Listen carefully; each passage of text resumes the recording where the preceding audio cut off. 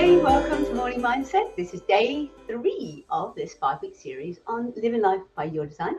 And this week is about recognizing what's getting in the way of you having that life and fear being a major contributor.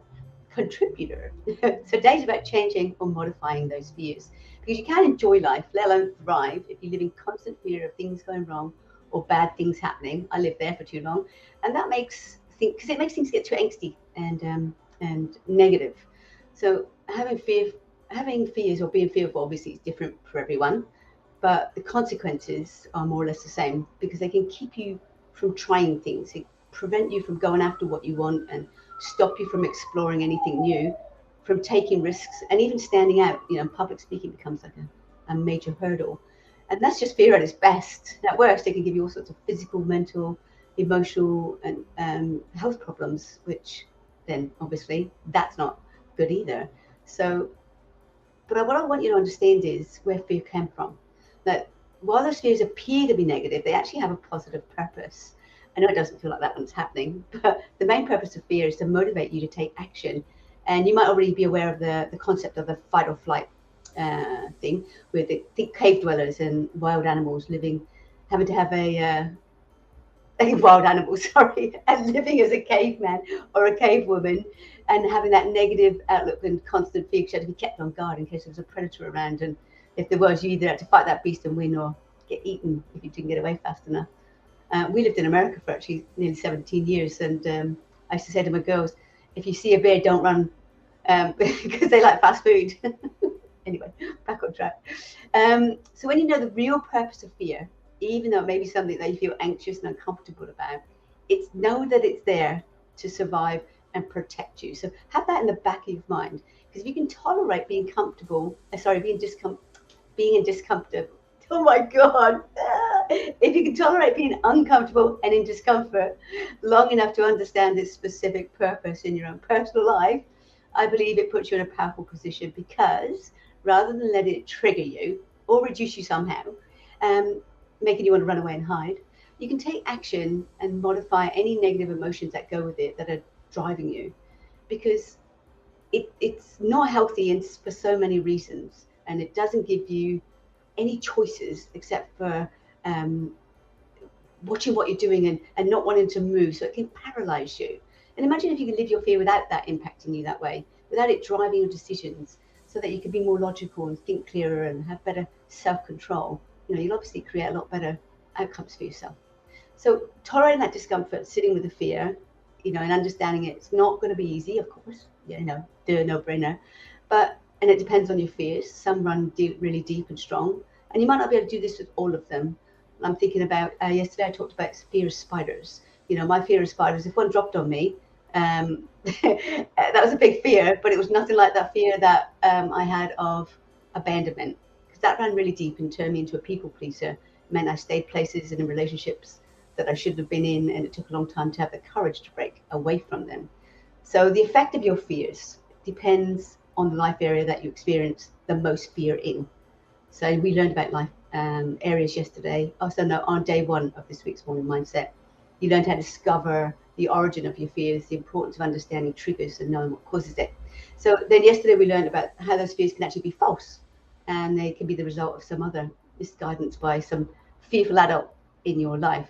So all of that then is understanding is a must if you want to address those fears properly, so you can unpack them and learn to live less fearfully by breaking through that erroneous thought pattern that created them in the first place, and setting yourself up for more success by creating a step-by-step process ready to identify and neutralize the triggers. It's like getting your mind fit, right? Getting that mind fit for the event ahead of time, being mentally prepared is always a good thing. It's just like getting your bodies fit, yeah?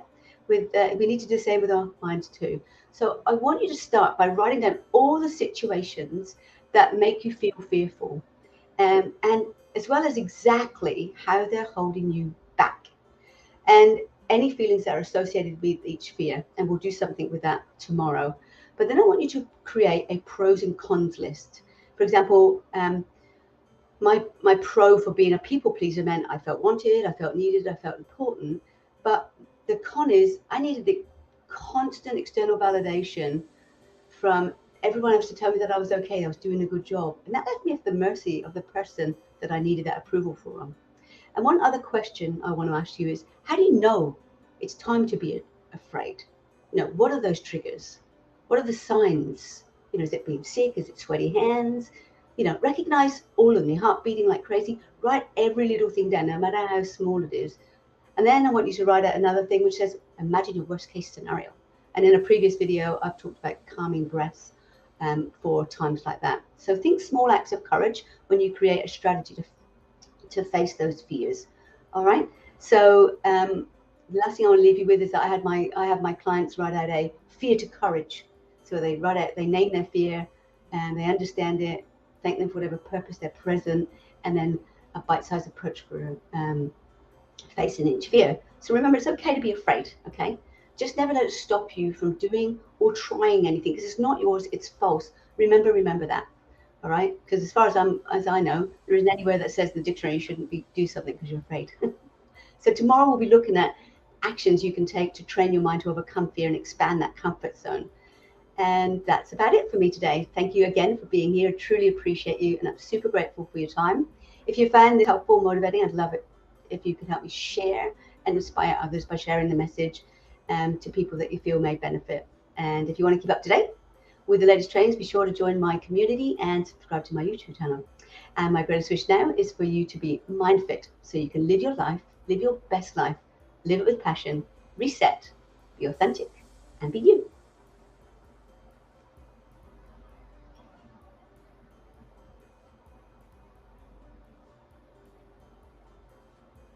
Oh, and there's some messages. Yay, I was just talking about that. Good morning, High Tech Mother. Good morning, Mark Sullivan.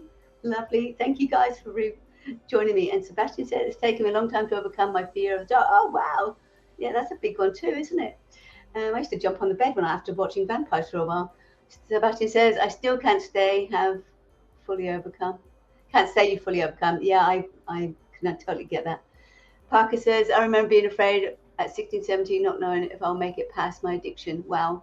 Thankfully, that's got a long history. That's awesome, Parker. I'm so proud of you for fighting that. I'm still watching the addiction triggers, but I can say I'm not afraid. I'm just alert about them. And that's perfect. That's exactly where you want to be. Because if you know at the world, you've got this plan in place, you can prepare for that and be ready for it. And High Tech Mother says, I like the term mind fit. Well, we have box fit, we go to the gym and we get gym fit, don't we? So mind fit, because it doesn't matter how fit you are with everything else. If your mind's not fit, it really doesn't matter. So, and High Tech Mother says, pros and cons noted. Well, there's usually a pro and con for everything. Thank you. And High Tech Mother also says, I can relate to that bit. But thankfully, my best friend, my husband, changed that pattern. Oh, that's lovely. I love that. Parker says, writing it down really does help. I've been doing that with your classes, making notes, and when I revisit them, they really make a ton of sense. Thank you, Parker. That's awesome. And I'm so excited for you. And Mark Sullivan says, some of the things I get afraid of, I'm not even aware anymore that it's actually fear because it's been going on so long. Yeah, that's the biggest problem, Mark. And thank you for sharing that, because that's so true. We just think that's just the way we are. That's just how things are. Yeah. Good comments. I love that. Keep them coming. Thank you. See you next time.